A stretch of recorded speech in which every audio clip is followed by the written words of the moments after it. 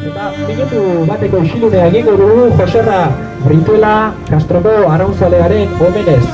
Un minuto de silencio en honor a Joserra Brizuela, un periodista castreño que nos acaba de dejar unos días. Un periodista que ha trabajado siempre fielmente en esta Liga ARC.